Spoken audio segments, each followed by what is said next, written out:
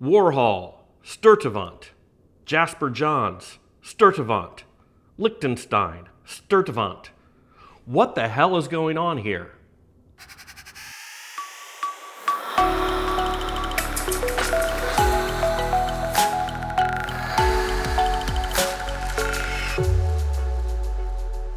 Hello, art lovers. My name is Christopher West, and I'm hoping to create a space here where we can talk about modern art and design in a hopefully non-pretentious way. And today I want to talk about Elaine Frances Huron Sturtevant, or as she preferred, simply Sturtevant. Now, Sturtevant is an artist that has intrigued me for years, but I haven't really taken a deep dive on the work until I decided to make this video. Someone told me years ago she was questioning authorship.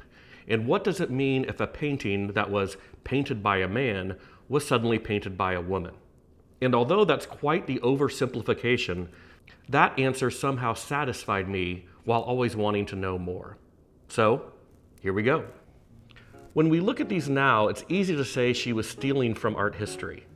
But this piece right here was painted in 1968, just a few years after Warhol would have his exhibition of flowers at Leo Castelli Gallery.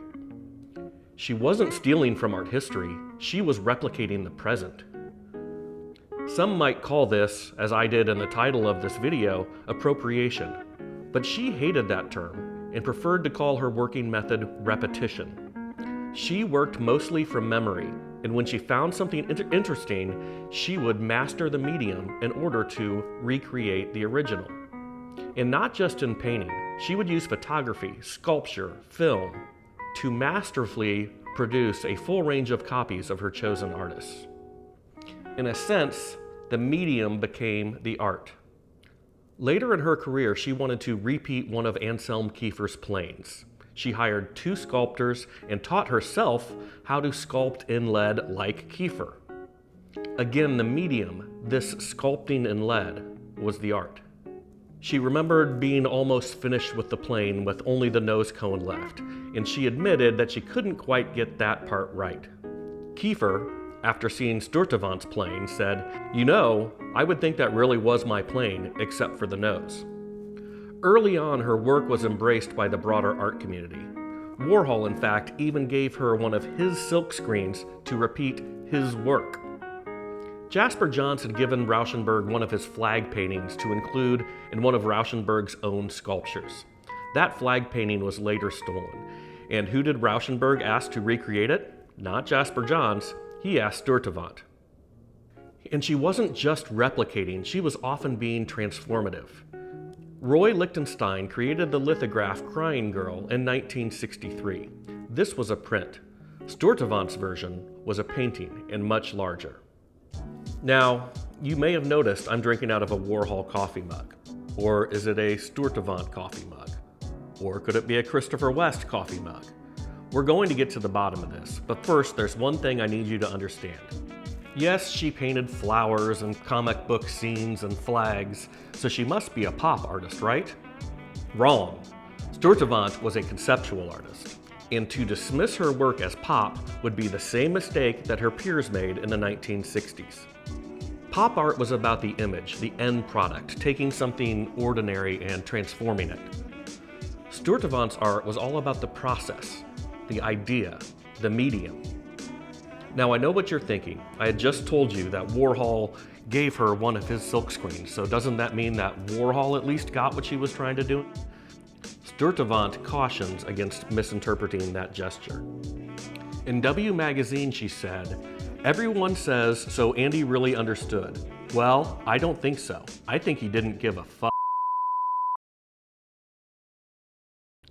As my mom would say, Sturtevant had quite the potty mouth. But she only really started getting pushback when she pissed off Klaus Oldenburg and his dealer Leo Castelli. You see, in 1962, Oldenburg replicated a 5 and dime store on the Lower East Side of Manhattan. He would create everyday objects out of plaster, out of ceramics, and sell them as works of art. A few years later, Sturtevant opened her own version of the store just a few blocks from where the original stood. And it featured her recreations of some of the same objects that were featured in the very first store that Oldenburg did. Sturtevant replicating Oldenburg, who was replicating a corner store. Well, Oldenburg was not amused. She would tell Time magazine in 1969, "Oldenburg is ready to kill me." And so the pushback began. It seems these male artists didn't like this female artist taking their pop art and elevating it to a higher conceptual plane.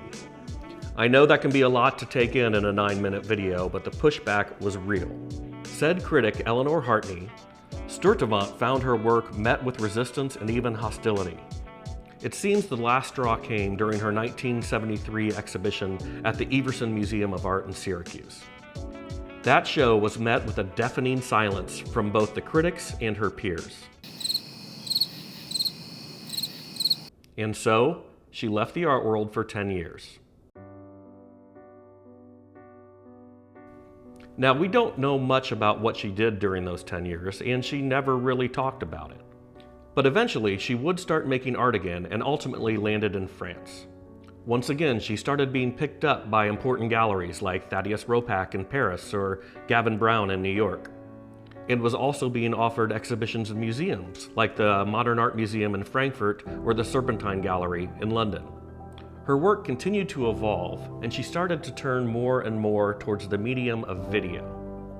In one of my favorites, the 2002 work called The Dark Threat of Absence, Sturtevant reenacts Paul McCarthy's film Painter, in which McCarthy is playing Willem de Kooning.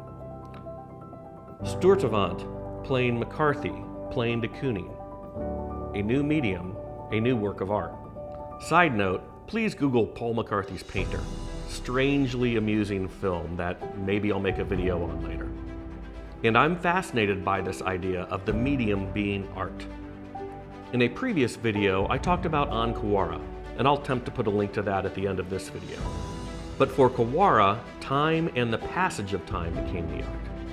I think part of the beauty of art is that there is no singular definition.